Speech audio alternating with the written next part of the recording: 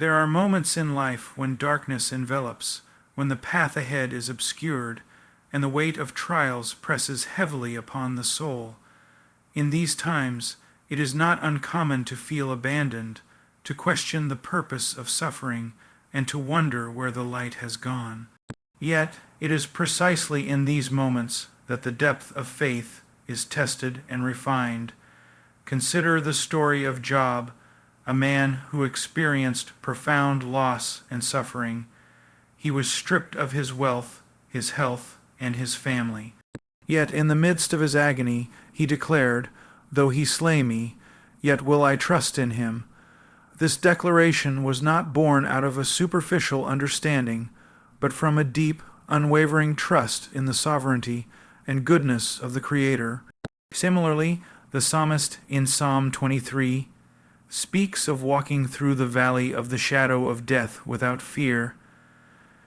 This is not a denial of the reality of darkness, but an acknowledgement that even in the darkest valleys, the presence of the shepherd provides comfort and guidance.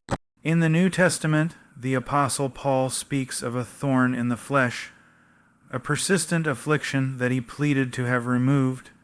Yet, the response he received was, "My grace is sufficient for you, for my power is made perfect in weakness." Paul learned that in his weakness, God's strength was most evident.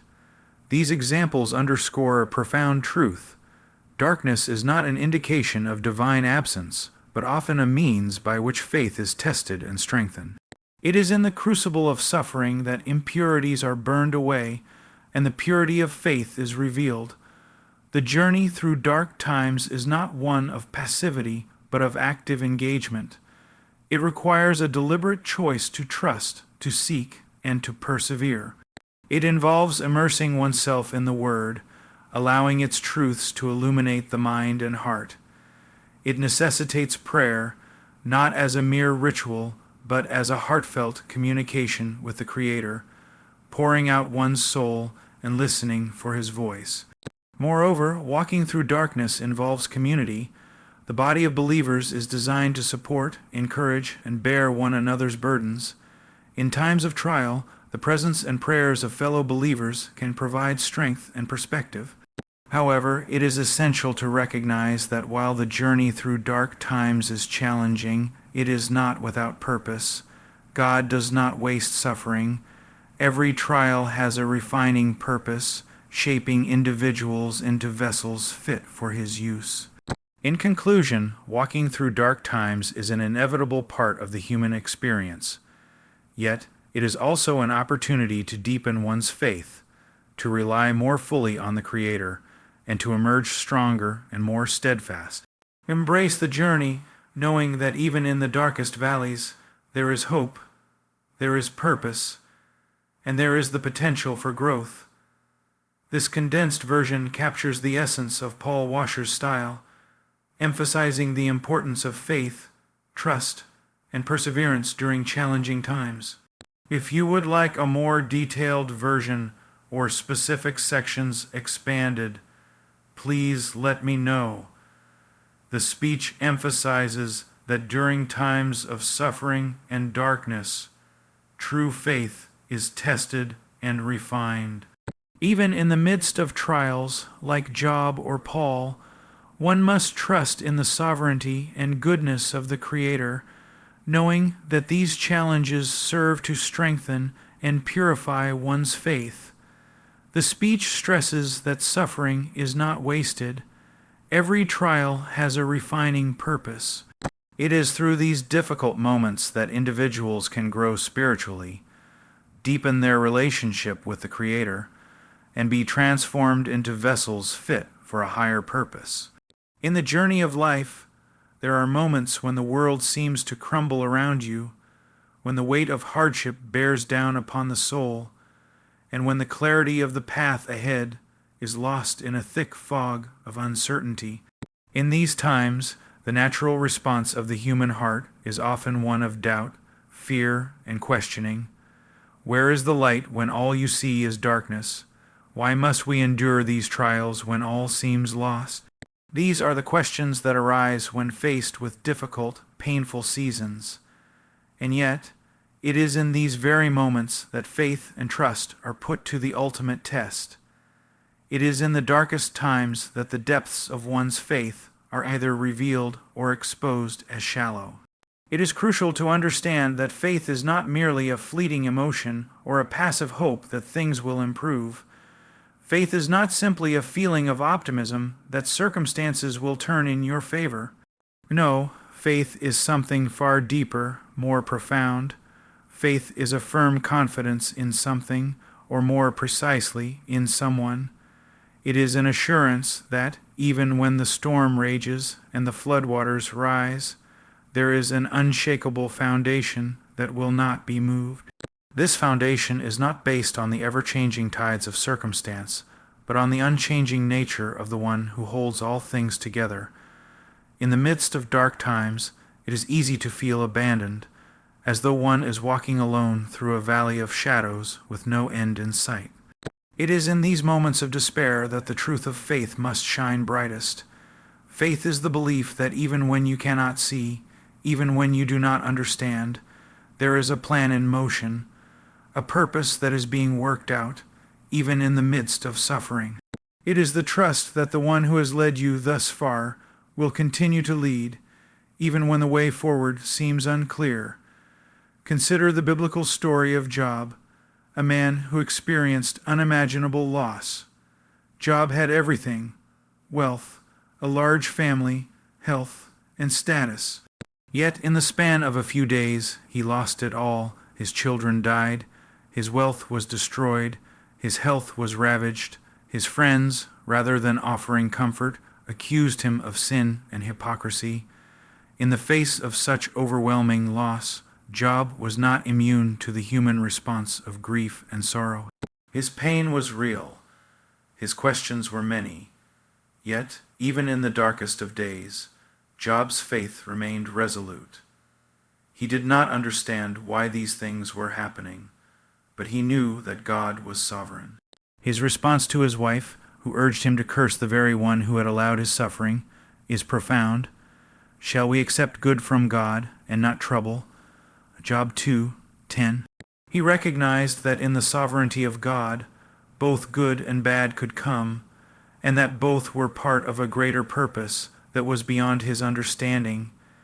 Even in the midst of his questions, his trust in God's goodness was the struggle of walking through dark times is not unique to Job. Throughout Scripture, we see countless examples of individuals who walked through trials of their own. The psalmist in Psalm 23, for example, speaks of walking through the valley of the shadow of death, a place that represents both literal and figurative darkness. Yet, the psalmist declares that he will fear no evil, for the presence of the shepherd is with him. This is not a denial of the harshness of the valley, but an acknowledgement that, even in the darkest of places, there is a greater reality, the presence of God. Faith does not deny the existence of darkness, but rather acknowledges that, even in the darkness, the light of God's presence shines brighter. In the New Testament, the Apostle Paul speaks of the thorn in the flesh, a persistent affliction that plagued him. He pleaded with God 3 times to remove it, but the answer he received was not the one he expected. Instead of healing, he was given a response that could only be understood through the lens of faith. My grace is sufficient for you, for my power is made perfect in weakness. 2 Corinthians 12:9. Paul, despite his sufferings, chose to trust in God's plan for him. His faith was not based on the removal of his thorn, but on the sufficiency of God's grace. It was in his weakness that God's strength was made manifest. Paul's journey was one of walking through the darkness with a deep trust in the one who was guiding him. Even in the absence of answers, Paul knew that God's grace was enough to sustain him. Faith, therefore, is not about a guarantee of comfort or an escape from hardship. It is not about God promising to remove every obstacle or shield us from every storm. It is not about having all the answers to life's difficult questions. Rather, faith is about trusting in the character of God, even when we cannot see or understand what He is doing. It is about holding on to the belief that God is good, that He is present, and that He will bring us through the darkness, even if the path ahead remains hidden from our sight. This is why the call to trust in dark times is not a call to deny reality, but to reframe it. It is a call to shift our gaze from the temporary trials to the eternal truth that God is faithful. When we are in the midst of pain, it is natural to focus solely on the circumstances that surround us. The hurt is real, the fear is real, the uncertainty is real, but there is another reality, a deeper reality, that faith beckons us to embrace. This reality is the truth that God is working, even when we cannot perceive it. This is the truth that the light of His presence shines brighter than any darkness. In walking through dark times, we must remind ourselves that God has never promised an easy road. He has never promised that our lives would be free from suffering.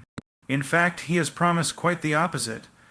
Jesus Himself said, "In this world you will have trouble, but take heart, I have overcome the world." John 16:33. The promise is not one of exemption from difficulty, but one of victory over it.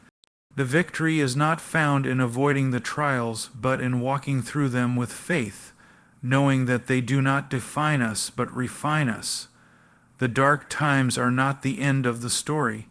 They are part of the story, and the story is one of redemption, restoration, and ultimately, glory. But how do we hold on to faith when it feels like everything is falling apart? How do we trust when the very foundations we have built our lives upon seem to be crumbling? The answer lies in what we fix our eyes upon. Faith is not a blind leap into the unknown. It is a steady gaze upon the one who knows the end from the beginning. It is not an attempt to understand every aspect of the journey, but rather a trust in the one who is leading us. Our faith is anchored in the character of the one who has promised never to leave us or forsake us. The Apostle Peter, walking on the water toward Jesus, offers a vivid example of this. When his focus was on Jesus, he was able to walk on the waves. But when he shifted his gaze to the storm, his faith faltered and he began to sink. This is a powerful lesson for us in times of difficulty. When we focus on the storm, the waves seem overwhelming and fear takes hold. But when we keep our eyes fixed on the one who holds the storm in his hands, we are able to walk through it with confidence, knowing that He is in control. Walking through dark times with faith and trust is a process. It is not something that happens instantly, but is cultivated over time. It is developed through daily reliance on God, through prayer, through the reading and meditation of His Word, through the support and encouragement of fellow believers. It is a journey, and like all journeys, there will be moments of doubt, moments when the path seems unclear, moments when the darkness feels suffocating. But it is in those moments that the light of faith shines brightest. Faith is not the absence of doubt, but the determination to move forward despite it. It is not the absence of fear, but the choice to trust in something greater than that fear. Faith is not a one-time decision, but a daily choice to walk forward, step by step, trusting that each step is guided by the one who knows the way. Even in the darkest valleys, faith is the assurance that we are not alone. We are held, we are guided, and ultimately we are led to a place of peace, hope, and redemption. Suffering is an inescapable part of the human experience. No matter how much we strive to avoid pain, no matter how hard we try to build our lives in such a way that we are insulated from hardship, there are moments when suffering breaks in. Whether it comes through personal loss, illness, rejection, or the crushing weight of unfulfilled hopes, Suffering often feels like an unwelcome and uninvited guest, but what if there is a deeper purpose behind the pain we endure? What if the suffering we experience is not without meaning, but rather a part of a greater, more profound purpose that shapes us and refines us in ways we might not yet fully understand? In a world that often seeks to escape or avoid suffering, it is counterintuitive, even uncomfortable, to consider that suffering might have purpose. Our natural inclination is to question, to seek reasons for our pain, and to search for a way out of it. It is easy to look at the suffering around us and ask, why is this happening? What good can possibly come from this? Yet, in the midst of pain and confusion, the reality is that suffering often carries with it an opportunity for transformation. It is in the crucible of suffering that we are refined, molded, and made into something stronger, something more resilient. First, it is important to recognize that suffering in and of itself is not the purpose. Rather, it is a tool, a means by which that purpose is achieved. If suffering is only an end in itself, it would be meaningless. But when we view suffering through the lens of a higher purpose, we can begin to see that it is not something to be avoided or merely endured, but something that can contribute to a greater good. In many ways, suffering is the furnace in which character is forged. It is often in the most difficult seasons of life that our true character is revealed. When everything is going well, when life is smooth and calm, it's easy to be generous, patient, and kind. But what happens when our lives are turned upside down? What happens when our expectations are shattered and our world crumbles? The way we respond to suffering speaks volumes about who we are. It is in suffering that we learn what we are truly made of. It exposes our weaknesses, but it also reveals our strengths. It is through suffering that we learn perseverance, resilience, and endurance. Think of an athlete who trains tirelessly, pushing their body to the limit in order to achieve a goal. Every rep, every set, every mile run, every drop of sweat is a form of suffering, but it is purposeful suffering. The athlete does not endure these challenges for the sake of pain itself, but for the sake of growth and achievement. In the same way, our suffering is not without purpose. It is the means by which we are strengthened, honed, and refined. Just as gold is purified by fire, our character is purified through suffering. Furthermore, suffering teaches us to rely on something beyond ourselves. When life is easy, it is tempting to believe that we are self-sufficient, that we can handle everything on our own. But suffering has a way of stripping us of this illusion of control. When we face pain, when we experience the limits of our strength, we are reminded that we are fragile, vulnerable, and in need of help. This realization can be humbling, but it can also be a source of growth. It is in our moments of weakness that we discover the power of dependence. Dependence on others, and for many, dependence on the higher strength that sustains us. Moreover, suffering often becomes a catalyst for empathy. When we experience pain, we are better able to understand and relate to the pain of others. We become more compassionate, more able to walk alongside those who are struggling. Our own suffering equips us to be a source of comfort and encouragement to others. It is through our shared experiences of pain that we can offer the most meaningful support to those in their darkest hours. In the biblical narrative, suffering is woven throughout the stories of those who have walked faithfully through difficult times. Job, a man who endured unimaginable suffering, serves as one of the clearest examples of how suffering can be used for a greater purpose. Job's story is one of unimaginable loss. He loses his wealth, his health, and his family. His friends accuse him, and his wife urges him to curse the very one who has allowed his suffering. And yet, despite the devastation, Job does not turn away in bitterness. He refuses to abandon his faith, even in the face of questions he cannot answer. Job's suffering, though incomprehensible at the time, is ultimately a journey toward deeper understanding and restoration. Job learns that his suffering was not meaningless. It was part of a process that led to a greater awareness of God's sovereignty and goodness. In the end, his relationship with the Creator is deepened, and his understanding of God's power and mercy is transformed. The Apostle Paul also offers powerful insight into the purpose of suffering. In 2 Corinthians 12, Paul speaks about his own thorn in the flesh, a persistent and painful affliction that he pleaded with God to remove. Paul does not sugarcoat his suffering, nor does he pretend to have all the answers. He asks God 3 times to take the pain away, but the response he receives is not what he expected. "My grace is sufficient for you, for my power is made perfect in weakness." 2 Corinthians 12:9. Paul's response is remarkable. Instead of growing resentful or despairing, he embraces his weakness, recognizing that it is in his weakness that God's strength is most clearly revealed.